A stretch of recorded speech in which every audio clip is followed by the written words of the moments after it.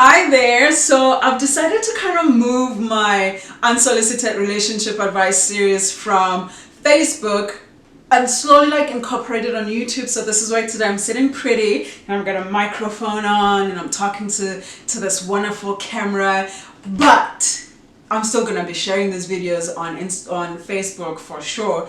This is my unsolicited relationship advice for this week. Are you ready? Brace yourself. There is a difference between compromising and self-abandonment. I'm going to say it again because I think it is fire.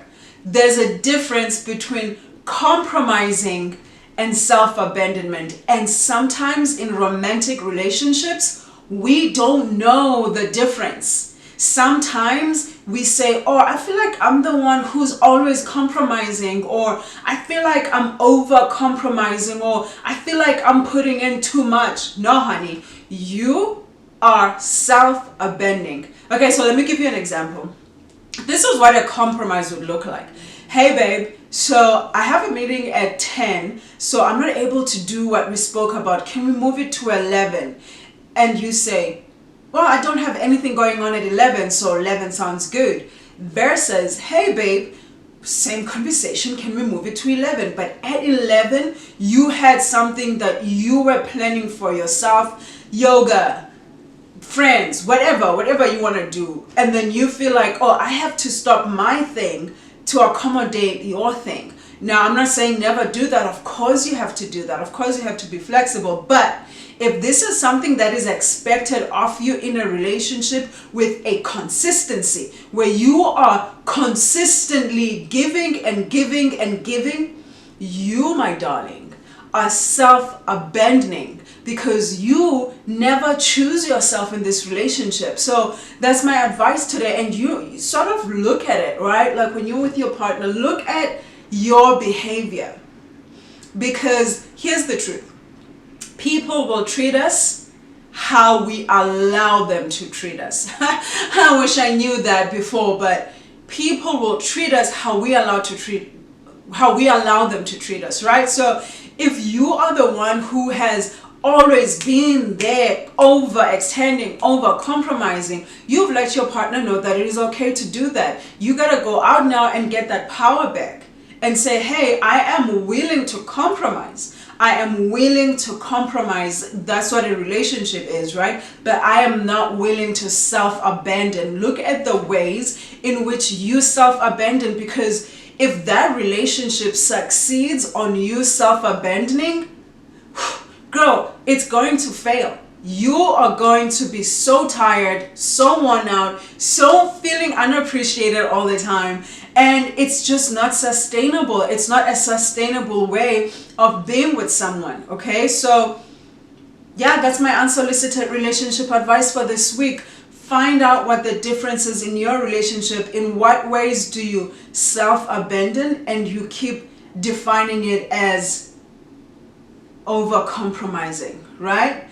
I mean, I feel like I don't really need to explain self-abandonment. It's really like self-explanatory, but if I do need to explain it, I would say to self-abandon is to not do the things that bring you fulfillment and joy. It is not to do the things that you promise to yourself, right? It is to just not take care of yourself and constantly put other people before you, put other relationships before you, you know? And just to close it off, really passionate about this because I learned the hard way. I was like, oh, that's what I do in relationships. I self-abandon, and I needed to just take a quick back and part of making sure that you don't self-abandon, right? I'm sorry, this is a bit longer and I never wanted these videos to be long, but just bear with me and I hope this helps you. If it does, do click that subscribe button for my channel, and I come up with some fire motivational videos there. So subscribe and get some more of this, and hit the notification bell as well so that you can be reminded when I put out a video. But so what was I talking about? Self-abandonment, right? So if you keep self-abandoning, that relationship is on your back, and you don't want that.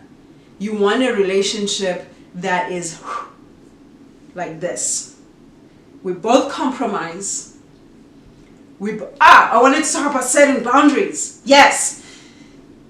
Part of not self-abandoning, even with a relationship, friendships, family, it is to set boundaries. It is to set clear, concise, well communicated boundaries. Maybe next week or in the next weeks or so, a few weeks or so, we can talk about those and as how they pertain how they pertain to relationships that are here, especially romantic relationships. How do I set boundaries with my partner so they know that I am willing to compromise with them, but I am not willing to self-abandon? So I'll come on again with another unsolicited relationship advice right here on YouTube or right over there on Facebook, wherever you are watching this. And I want to encourage you before I go, take care of yourself.